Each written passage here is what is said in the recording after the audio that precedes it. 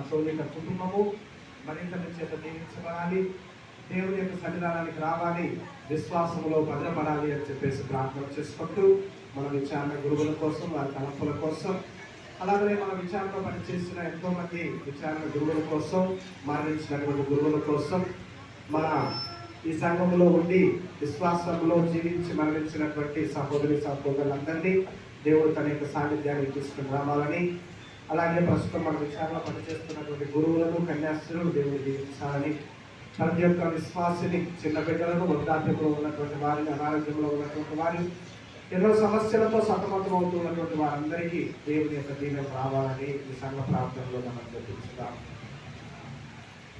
ప్రార్థించుదము.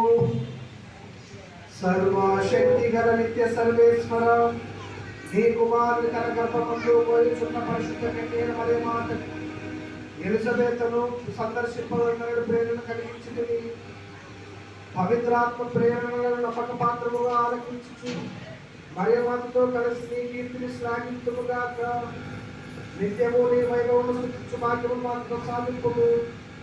నీతోనూ పవిత్రాత్మతోనూ కలిసి యుగయుగములు జీవించు పాలించు మా ప్రభు నీ కుమారుడైన యేసుక్రీస్తు ద్వారా ఈ మనవి చేయుచున్నాము.